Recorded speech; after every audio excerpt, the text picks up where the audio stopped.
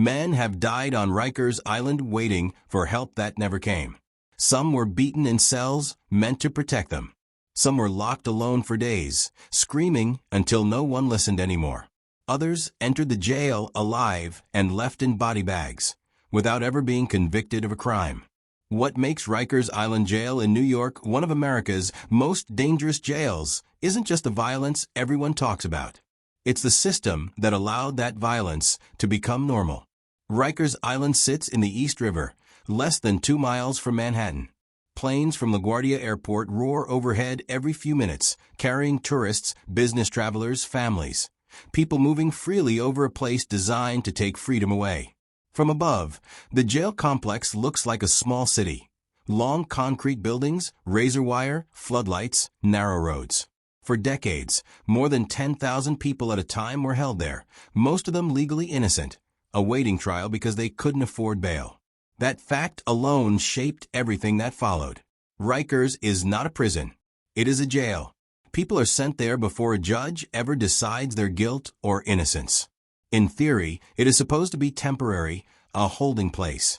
In reality, many people spent months or even years there as court cases dragged on.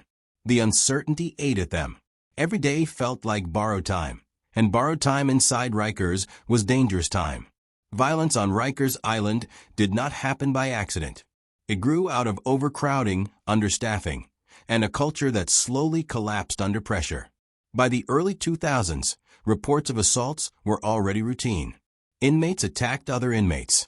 Guards used force that crossed legal boundaries. Weapons made from toothbrushes, metal scraps, and broken furniture circulated inside housing units. The jail became known not just as tough, but unpredictable, where a minor argument or a misunderstood look could escalate into something deadly. One of the most disturbing aspects of Rikers was how often violence went unseen until it was too late.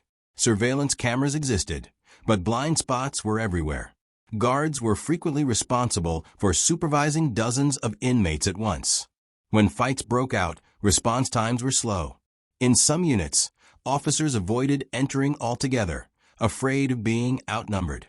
Control quietly shifted from staff to inmates, especially in housing areas dominated by gangs. Rikers Island became infamous for its gang influence. Groups like the Bloods, Crips, and Latin Kings established strong footholds inside the jail. For many young detainees, especially teenagers sent to adult facilities, aligning with a gang felt like the only way to survive. Protection came at a price: loyalty, violence, and silence. Once inside, there was no neutral ground. You were either part of something or vulnerable to everything. The danger was especially severe for adolescents. For years, teenagers as young as 16 were housed at Rikers. Many were arrested for nonviolent offenses, school fights, petty theft, minor drug charges, and thrown into an environment built for hardened adults. The psychological impact was devastating. Studies later showed that youths held at Rikers were far more likely to suffer trauma, develop mental health issues, and reoffend after release. Some never made it out alive. One case shook New York City and exposed the deeper failures of Rikers Island. Khalif Browder.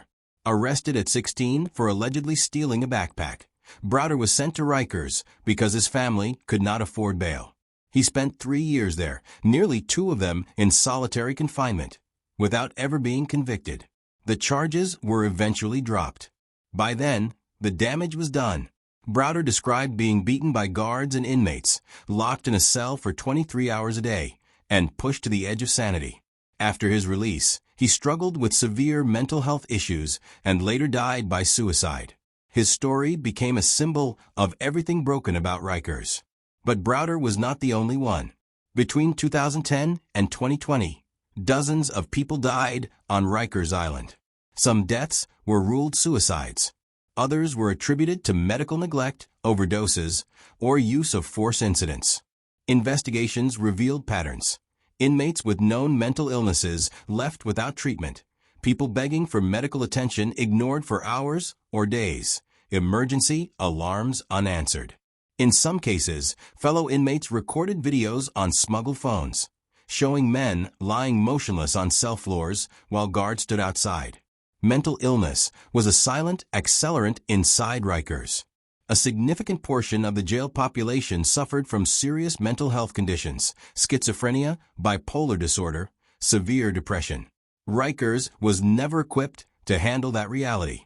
Instead of treatment, many mentally ill inmates were placed in solitary confinement for behavioral issues. Isolation made symptoms worse. Self-harm became common.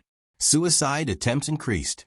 The jail became one of the largest mental health institutions in the United States, without the resources, training, or structure to function as one. Correction officers were not immune to the chaos. Many worked mandatory overtime, leading to exhaustion and burnout. Staffing shortages meant inexperienced officers were thrown into volatile housing units with little preparation. Tensions between guards and inmates grew. Allegations of abuse mounted. At the same time, officers reported being attacked, injured, and overwhelmed. The environment bred hostility on all sides, turning daily operations into survival exercises rather than rehabilitation or safety. By the mid-2010s, federal oversight intensified. The U.S. Department of Justice launched investigations into unconstitutional conditions at Rikers. Reports described a deep-seated culture of violence, inadequate supervision, and systemic failure to protect inmates from harm. Court-appointed monitors documented repeated violations, many of which went unresolved. Even after reforms were announced, progress was slow and deaths continued. One of the most frightening truths about Rikers Island was how ordinary the danger became. Lockdowns were frequent. Stabbings were talked about casually. Injuries were expected. For inmates, every movement, walking to the shower, lining up for food, stepping into the yard, carried risk. For those awaiting trial, the fear was compounded by the knowledge that none of this was supposed to be punishment yet. Families on the outside watched helplessly. Phone calls from Rikers were often brief, monitored, and expensive. Visits were limited. When loved ones complained about conditions, their concerns were frequently dismissed. When someone died, families were left searching for answers, navigating bureaucratic silence and delayed reports. Justice, if it came at all, came years later. Despite its reputation, Rikers Island continued to operate for decades because closing it seemed impossible. It was deeply embedded in New York City's criminal justice system. Thousands of jobs depended on it. Courts relied on it. Politicians debated it endlessly. Meanwhile, the people inside lived with the consequences of that paralysis every day. By the time city officials officially committed to closing Rikers Island in the late 2010s, the damage was already historic. The plan promised smaller, borough-based jails, better mental health care, and an end to the island's legacy. But promises did not erase what had already happened, or what continued to happen as the jail remained open during the transition. Rikers Island earned its reputation not through a single riot or massacre, but through years of neglect, violence, and silence. It became dangerous because systems failed at every level: courts that delayed justice, policies that criminalized poverty, facilities that ignored mental illness, and leadership that reacted too late. For the men and women held there, danger was not an exception. It was the environment. And this is only the beginning.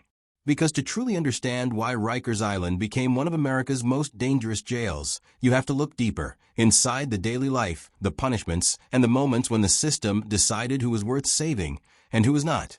Every day on Rikers Island followed a routine that looked orderly on paper and felt chaotic in reality. Doors slammed open before sunrise. Head counts were rushed. Meals arrived cold or late. For inmates, time blurred into a long stretch of waiting for court dates, for medication, for protection, for the day to end without blood being spilled. The danger of Rikers was not confined to dramatic outbreaks of violence. It lived in the ordinary moments, where small failures stacked into life-threatening ones. Housing units were crowded beyond design. Bunks were packed close together, leaving little personal space. Arguments over phones, food trays, or perceived disrespect escalated quickly. In an environment shaped by fear, appearing weak invited attack. Many inmates learned to project aggression just to survive. The pressure cooker effect was constant: noise, tension, and the unspoken understanding that help might not arrive if things went wrong. Guards were meant to be the stabilizing force, but many units were chronically understaffed. On some shifts, a single officer was responsible for supervising dozens of inmates. When conflicts erupted, officers faced impossible choices: intervene alone and risk serious injury, or wait for backup that might take too long. In some cases, they chose to stay behind locked doors, watching confrontations through narrow windows. Those decisions, born of fear and exhaustion, reinforced the perception among inmates that no one was really in control. Use of force incidents became a grim feature of daily life. Officers were trained to maintain order, but investigations later showed patterns of excessive force, beatings, chokeholds, and retaliation after minor infractions. Inmates reported being punished for speaking up, filing grievances, or simply being in the wrong place at the wrong time. Official reports often contradicted inmate accounts, creating a system where truth was difficult to prove and accountability rare. Solitary confinement, officially called punitive segregation, was one of the most feared aspects of Rikers. In theory, it was used to separate violent individuals or maintain safety. In practice, it became a catch-all solution for behavior the jail could not manage. Inmates were locked in small cells for up to 23 hours a day, with minimal human contact. Lights stayed on.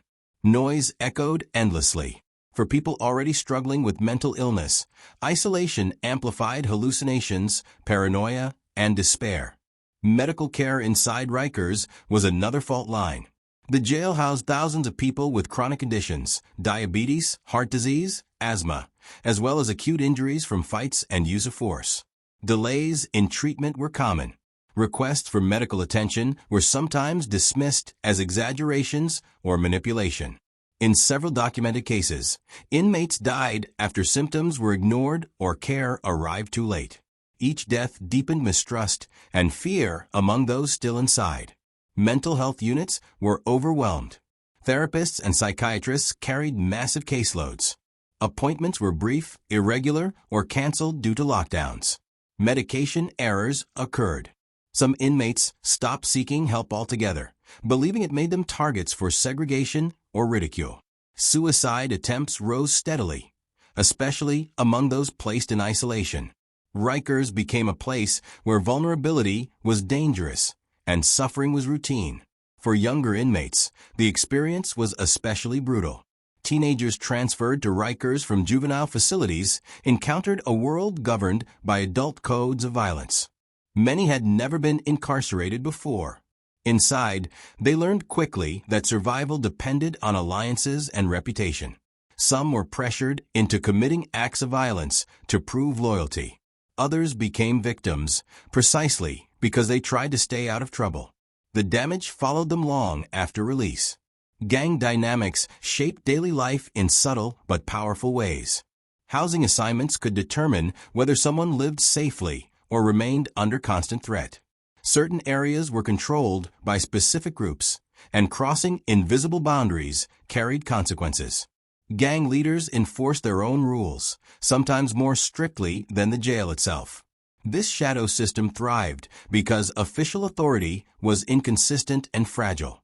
Lockdowns were frequent and unpredictable. Sometimes they followed violent incidents. Other times they were imposed due to staffing shortages. During lockdowns, inmates were confined to cells for extended periods, meals were delayed, showers canceled, and court appearances missed.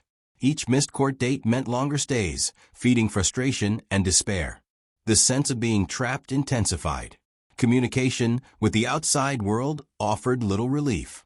Phone calls were expensive and time-limited. Letters were slow. Visits were often canceled due to security issues. Families struggled to understand what their loved ones were experiencing, relying on fragmented stories and rumors. When something went wrong, an injury, a hospitalization, a death, notifications were delayed, incomplete, or unclear. Trust eroded on both sides of the island. Oversight mechanisms existed, but their impact was limited. Internal investigations moved slowly. Complaints piled up. Federal monitors issued reports detailing failures in supervision, training, and leadership. Recommendations were made, deadlines set, and promises repeated. Yet on the housing floors, little changed. The same conditions persisted, day after day, shift after shift. One of the most corrosive elements of life on Rikers was uncertainty. Inmates often did not know when they would see a judge, when they would be moved, or whether they would be safe from one hour to the next. That uncertainty fueled anxiety and aggression. Fights broke out not just over resources, but over stress itself, pressure released through violence. Officers, too, lived with uncertainty. Mandatory overtime blurred days together. Injuries were common. Morale sank as public scrutiny increased, and trust between staff and inmates collapsed. Some officers tried to do their jobs with professionalism and care. Others became hardened, detached, or resentful.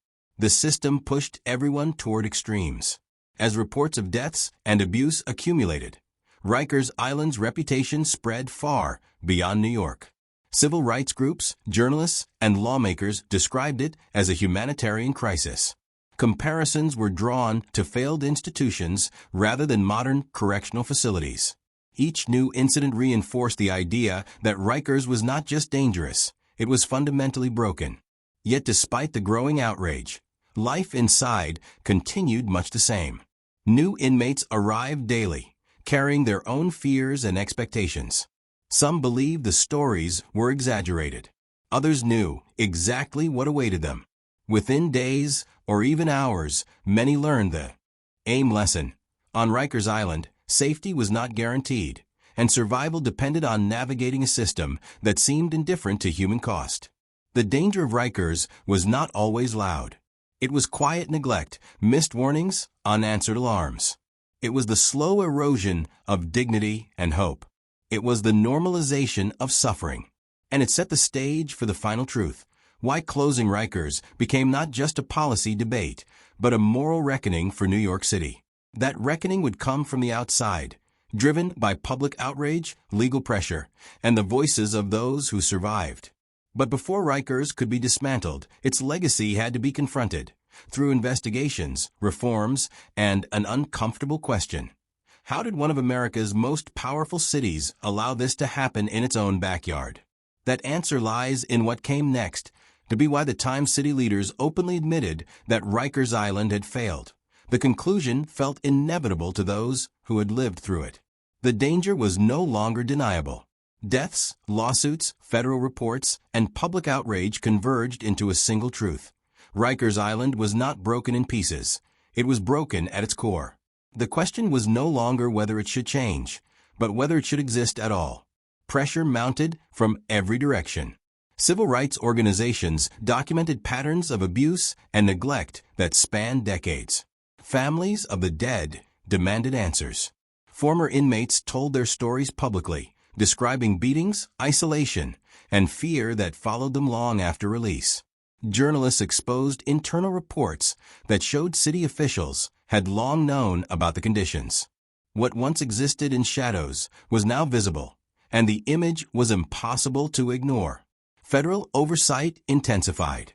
Judges warned New York City that it was nearing a full takeover of the jail system due to repeated failures to meet constitutional standards. Court-appointed monitors issued report after report describing the same problems: understaffing, excessive force, lack of accountability, and a culture resistant to change. Each warning came with deadlines. Each deadline passed with limited improvement. Rikers was not reforming fast enough to save itself. In 2019, New York City made a historic announcement. Rikers Island would be closed. The plan called for replacing it with smaller, borough-based jails closer to courts and communities. Supporters argue this would reduce transport delays, improve oversight, and allow better access to mental health services. Opponents worried about costs, neighborhood impact, and whether new facilities would simply recreate old problems. But for the first time, the city publicly acknowledged that Rikers Island itself was the problem. The announcement did not mean immediate relief for those still inside. Rikers remained open, and conditions continued to deteriorate in some areas. Staffing shortages worsened. Violence surged during periods of instability, especially amid broader crises that strained public systems. Deaths continued to occur, each one reigniting debate over whether the city was moving too slowly to protect human lives. The legacy of Rikers Island is inseparable from the people harmed. For those who survived, the trauma did not end at the gates. Former inmates described nightmares, anxiety, and an enduring sense of hypervigilance. Many struggled to rebuild their lives after release, carrying records shaped by prolonged pretrial detention rather than convictions. The jail punished people long before the law ever judged them. Families bore their own scars. Parents, siblings, and children of those held on Rikers spoke of helplessness, of unanswered calls, confusing updates, and sudden losses. Some became activists, transforming grief into advocacy. Their voices reshaped public conversation, shifting it from abstract policy debates to human consequences. Rikers was no longer just a jail. It was a symbol of systemic failure. For New York City, the reckoning forced a broader examination of its justice system. Bail reform reduced the number of people sent to jail simply because they were poor. Efforts expanded to divert individuals with mental illness away from incarceration and toward treatment. These changes were imperfect and controversial, but they reflected lessons learned the hard way. Jails are blunt instruments for complex social problems. Correction officers, too, were part of the legacy. Some left the job disillusioned and injured, feeling abandoned by leadership and vilified by the public. Others acknowledged the system had placed them in impossible positions, asking them to maintain order without adequate resources or support. Any honest reckoning with Rikers required recognizing how deeply dysfunction ran through every level of the institution. As plans to close Rikers moved forward, questions lingered. Could new jails avoid repeating the same mistakes? Would culture change, or would it simply relocate? Critics warned that buildings alone could not fix systemic issues like delayed court processes, mental health neglect, and economic inequality. Supporters argued that dismantling Rikers was a necessary first step, a line drawn between past and future. Rikers Island's physical footprint remains, a cluster of concrete and wire standing in quiet contrast to the city skyline nearby. Its name, however, carries weight far beyond its geography. It has entered national consciousness as shorthand for institutional cruelty, neglect, and the dangers of unchecked power. Few jails in American history have become so widely recognized for what went wrong. The true measure of Rikers' legacy may lie in what follows. If its closure leads to a more humane, accountable system, then its suffering might at least serve as warning and catalyst. If not, it risks becoming just another chapter in a long history of reform promised and forgotten. The stakes extend beyond New York, offering lessons for cities across the country grappling with overcrowded jails and broken systems. What made Rikers Island Jail in New York one of America's most dangerous jails was not only violence, gangs, or neglect. It was the convergence of fear, delay, indifference, and power exercised without restraint. It was a place where time punished before verdicts, where vulnerability invited harm, and where survival often depended on luck rather than law. In the end, Rikers Island stands as a warning etched in concrete and memory. It shows what happens when a society allows efficiency to outweigh humanity, when silence replaces accountability, and when people are reduced to problems rather than lives. Its story is not just about a jail. It is about choices made over generations and the cost of making them too late.